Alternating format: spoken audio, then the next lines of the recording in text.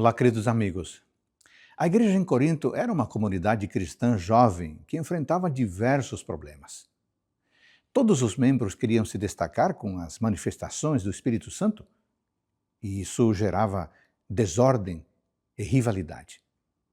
A necessidade de esclarecer esse assunto surgiu do fato de que os coríntios haviam se separado recentemente do paganismo.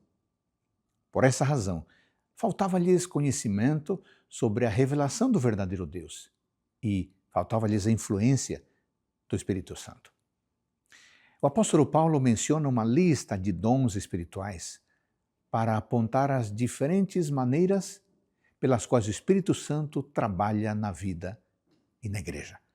Como recém-convertidos ao cristianismo, vindos do paganismo, os coríntios ainda tinham conceitos errados, arraigados, e estavam fascinados por testemunharem dons espirituais maravilhosos.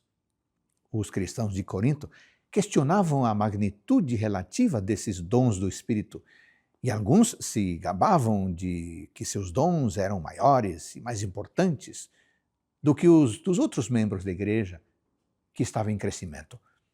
Isso gerava rivalidade e caos nos cultos que, no primeiro século, não contavam com mais de 30 a 40 pessoas, fazendo com que uma pequena igreja gerasse grandes brigas e um distúrbio geral em um núcleo tão compacto. Dos versículos 4 ao 6, Paulo aponta a origem dos dons e conclui no versículo 11 que os dons são dados pela graça do Espírito Santo. A provisão para a concessão dos dons a cada membro da igreja está nas mãos do próprio Deus, que, de acordo com a sua sabedoria, os concederá no devido tempo. Esse conceito não foi compreendido pelos primeiros cristãos de Corinto, que pensavam que ter um dom espiritual proeminente significava mais espiritualidade. O apóstolo observa que, embora haja uma variedade de dons específicos em cada um dos cristãos, deveria existir a mesma pulsação, batimento no coração de cada um dos coríntios, pois a missão era a mesma.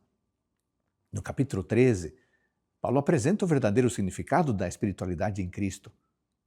Para destacar esse conceito, ele usa uma analogia aplicável ao caso dos coríntios.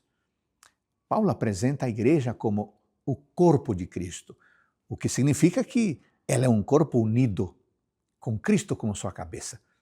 O conceito de unidade do corpo era representado pelos pensamentos filosóficos e fábulas da época. Portanto, não era uma novidade para os cristãos de Corinto. Além disso, ele também é mencionado em Romanos, capítulo 12, versículos 3 a 5.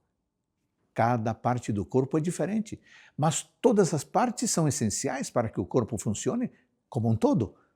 Por isso, não existe um corpo que seja todo olhos ou todo pés e funcione adequadamente.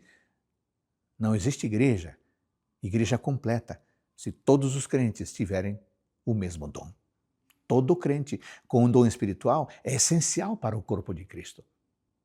Os dons mais espetaculares não são evidência de superioridade espiritual, mas servem para complementar a unidade do corpo.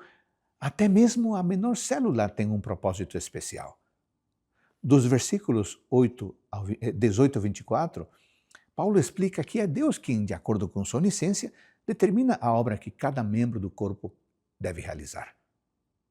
Paulo termina o capítulo com um verso que serve como um prelúdio para o capítulo 13, onde ele mostrará o verdadeiro resultado da espiritualidade.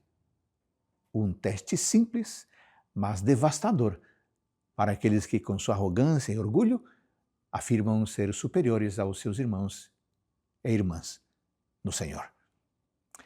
Amigos, que Deus nos ajude a não pensar que somos melhores, superiores por nossos dons espirituais, mas que eles nos direcionem para a unidade no corpo de Cristo e que a obra que Ele começou em nós seja dirigida por Ele e que a honra seja dada a Ele. Amém.